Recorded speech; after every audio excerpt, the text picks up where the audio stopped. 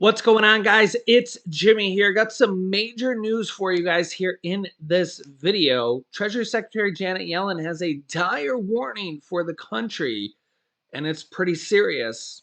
The stock market starts crashing because of her dire warning, and a bill is introduced to bolster and increase Social Security benefits. And I will cover all that here in this video. So let's jump right in. Thank you so much for liking. And if you haven't yet, make sure to subscribe down below so you don't miss out on any new videos. I'll keep you up to date here with everything happening here in our country on a daily basis. Okay, White House, Republicans, Democrats to talk as the U.S. debt ceiling as default risk nears, with now basically less than a week until the U.S. will reach a default. You can see here in new letter, Treasury Secretary Janet Yellen warned Speaker Kevin McCarthy, that the U.S. will breach the debt limit and start a default for the first time ever on June 1st. Treasury Secretary Janet Yellen warning that waiting until the last minute to get the debt limit increased will have catastrophic consequences. Yeah, in a new letter written to House Speaker Kevin McCarthy, Treasury Secretary Janet Yellen warned that if Congress and the president do not reach a debt limit increase, the U.S. government will run out of money to pay its debts by June 1st. So there was some thoughts that maybe it could go to June 15th or maybe the first week in June. We weren't sure. Now they're saying no, there's not enough money in the government checking accounts, and June 1st is maybe going to be the date. So there you have it. It's less than a week away, and it doesn't seem like they're close or that close to a deal. How close? You guys can be the judge, but it wasn't that far away, just a few days ago, that Republicans literally walked away from the table and said, no deal at all, and made President Biden come back from his G7 meeting with other world leaders. Pretty much an embarrassing move. Who said, sorry, guys, I got to leave. Yeah, I can't even stay. It's our country's in dire straits. Sorry, gotta go. Yeah, that's how bad it is right now. And if our country defaults, we'll be the laughing stock of the world, because it basically says we can't pay our bills, our dollar collapses, our stock market collapses. In fact, stock market already starting to do this as investors and retirement fund, pensions, people with everything on the line here. Dow falls $250 here, or $250, 250 points here today, as debt ceiling drama stretches into another day. And it's just the start of it, because as we get closer and closer, people are going to get more and more jittery. Kevin McCarthy told reporters Wednesday that he hasn't even spoken to Biden since Monday. Yeah. Can let me know your thoughts here in the comments. And House Democrats have introduced a new bill to bolster Social Security and increase benefits.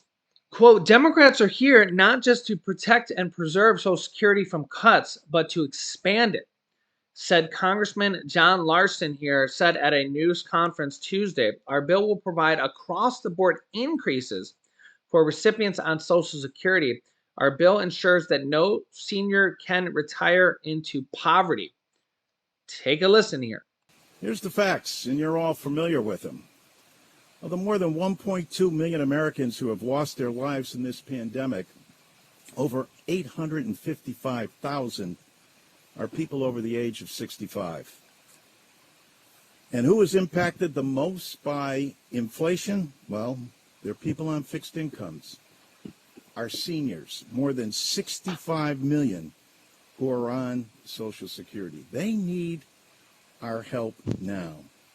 Democrats are here today to lay out our plan of action, which includes legislation to secure and expand Social Security, the number one anti-poverty program for the elderly, for our children, and a disability plan that more veterans rely on than the VA.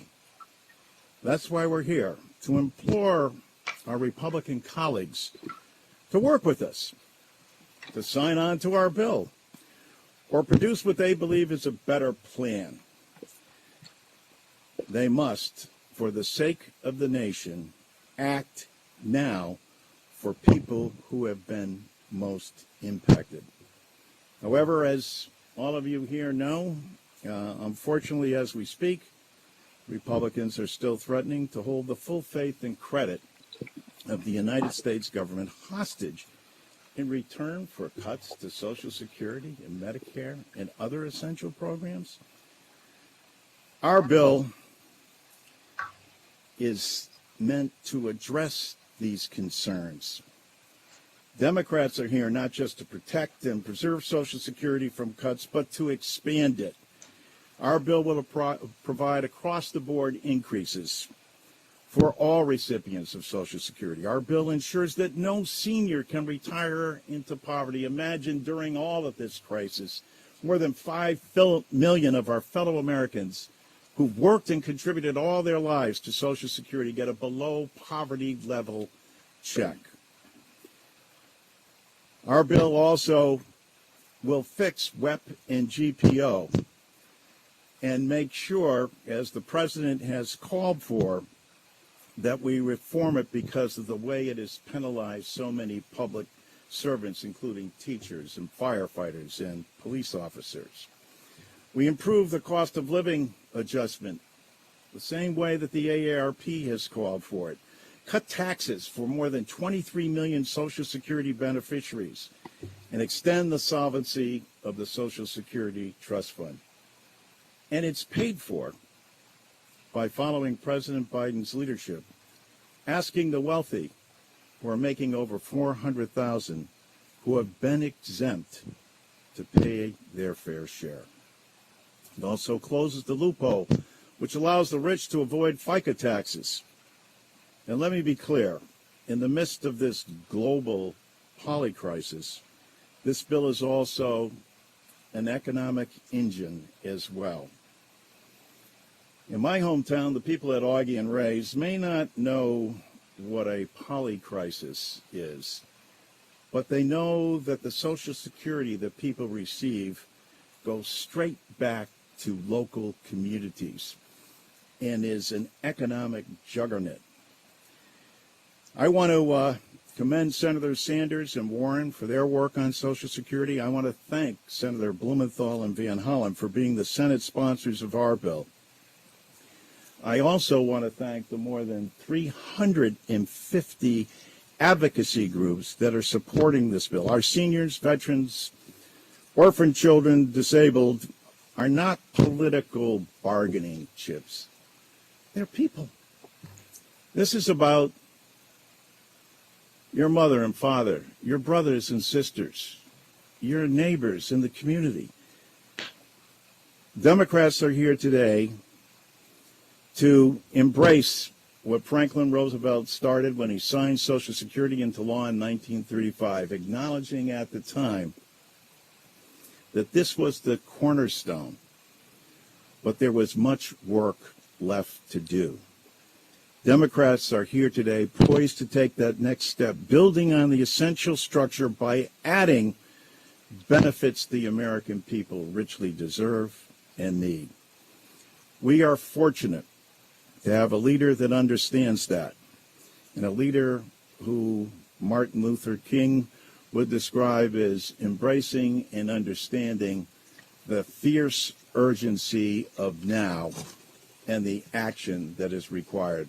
Okay, so just to give you a quick overview of what this is a new version of the Social Security 2100 Act.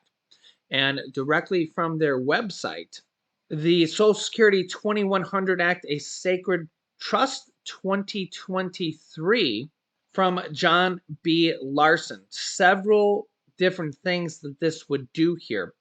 Provides an increase for all beneficiaries receiving retirement, disability, or dependents equivalent to an average of 2% of benefits to making up for inadequate cost of living since 1983. Improves the annual cost of living adjustment formula to better reflect the costs incurred by seniors through adopting what's called the CPIE formula. This provision will help seniors who spend a greater portion of their income on healthcare and other necessities. Improved inflation protection will help older retirees, people of color, and widows who are more likely to rely on Social Security benefits as they age. Protects low income workers. 5 million seniors currently live in poverty. No one who paid into the system over a lifetime should retire into poverty. This one's really big here. The new minimum benefit will be set at 25% above the poverty line. Again, the new minimum benefit will be set at 25% above the poverty line and would be tied to wage levels to ensure that the minimum benefit does not fall behind. So I was just looking at this here. The 2023 poverty line, the federal poverty line, is 14,000. Actually, I did that off 2023 here. So the 2022, $14,580 for 2023 numbers is the federal poverty line here. Okay. So that is what the federal poverty line is. You divide that by 12, and that means that the federal poverty line is $1,215 a month. Again, Social Security 2100 Act would want to pay the new minimum benefit will be set at 25% above the poverty line. Okay. So what that would mean is that this would pay 25% above that. So times 1.25 would mean that the minimum benefit would pay out for Social Security $1,518.75 a month. So $1,518 a month would be the new minimum benefit, so that everybody would make at least on Social Security 25% above the poverty line. It will be tied to wage levels to ensure that the minimum benefit does not fall behind and would always be 25% above the poverty line. In addition to the other things I listed before this is of course a big one, would also provide a tax cut for 23 million lower and middle income Americans, reducing their taxes on Social Security. This is also a big one because there are taxes on Social Security. It's a misconception to a lot of people to think there aren't taxes on Social Security. Number one, more and more people are starting to pay taxes on Social Security as the dollar kind of inflation makes the dollar worth less and less over the years. Remember that gas used to be under $1. Now gas is $3, $4, even $5 a gallon. Sometimes it's just kind of inflation, you know. The certain tax brackets, once you hit a certain dollar amount, and I don't have it right here in front of me, and we're not going to go into the details of that. It'll just be too long here. Once you hit a certain threshold, certain dollar amount that you make, you have to start paying taxes on Social Security. Just so you guys know that, okay? And I think it's somewhere around 50% of Americans on Social Security actually pay taxes on Social Security, okay? Also, there is several states, I think it's 7 or 8 states, that have been charging taxes on Social Security for like ever as well, in addition to that. And if you know it, you know it, right? Yeah. So this would provide a tax cut for 23 million lower and middle income Americans, reducing their taxes on Social Security. And as inflation keeps going up, there's going to be more and more people that get hit by those thresholds for taxes. This would improve Social Security benefits for widows and widowers in 2-income households so that they are not penalized for having 2 incomes. Repeal the WEP windfall elimination provision and government pension offset that currently reduces Social Security benefits for many public servants, including teachers, police, and firefighters. And if you're one of them, thank you so much for your service to our country, along with veterans. Ends the 5-month waiting period to receive disability benefits to those with severe disabilities no longer having to wait. Provides caregiver credits towards Social Security wages to ensure caregivers are not penalized in retirement for taking time out of the workforce to care for children and other dependents. Extends Social Security dependent benefits for students to age 26 and for part-time students so they can continue their education. And how is this paid for? There's several other things there, and there's why you can look this up on the internet. But it has the millionaires and billionaires pay the same rate as everyone else. Presently, the payroll taxes are not collected on an individual's wages over $147,000. I think actually for 2023, it's up to 160. This legislation would apply the payroll taxes to wages above 400,000, so the wealthy would pay the same rate as a waitress earning 30,000 a year. This provision would only affect the top 0.4% of wage earners. This would actually extend the solvency of Social Security. This bill makes a significant contribution towards the program's solvency, making up more than half the shortfall in the Social Security trust funds and extending the date at which benefits would be cut by 20% by 9 more years from 2035 to 2044.